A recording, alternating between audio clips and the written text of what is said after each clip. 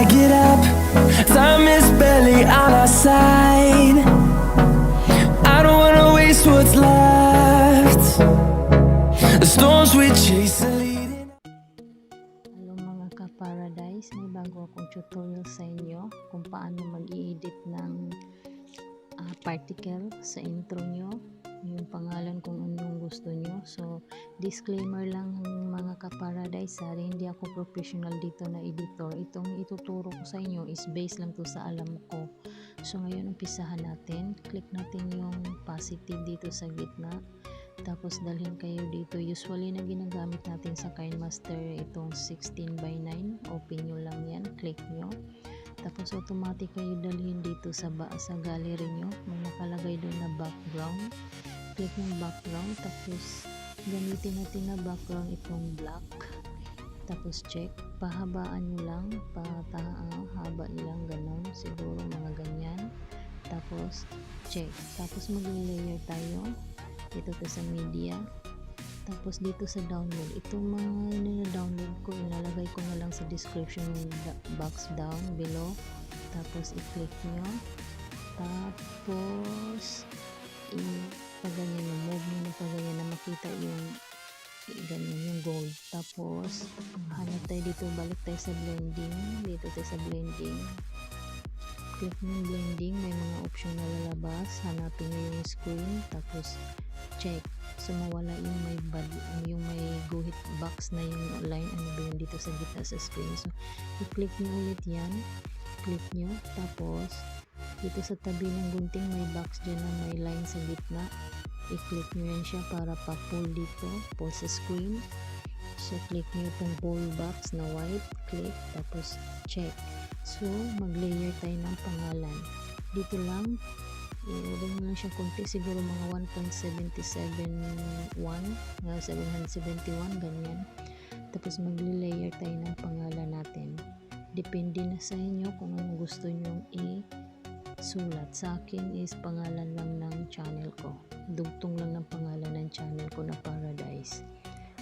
Okay, tapos palakihan nyo, ganyan na siya, palakihan nyo. Tapos gusto nyo ng ibang design, pahabaan nyo lang muna to na pantay dito sa background nyo na black, balik nyo siyang ganyan, ayan, ganyan. Tapos click mo dito, design sa sulat, gusto ko ito na lang, ayan, tapos ganyan siya, tapos ganyan siya, tapos ito, click mo, click, tapos shadow, dito tayo sa shadow, click mo yung shadow, tapos on, tapos check. So dito mag-layer ulit tayo sa media, balik sa media, dito na naman sa mga na-download ko. So ito siya, so golden MP4, so golden MP4 is white nyo siya ng pagganyan, ganyan siya na yung usually ma-pull, malalabas talaga yung gold na kulay. Tapos ito siya, palakihan nyo siya na matakpan yung pangalan nyo, ganyan siya.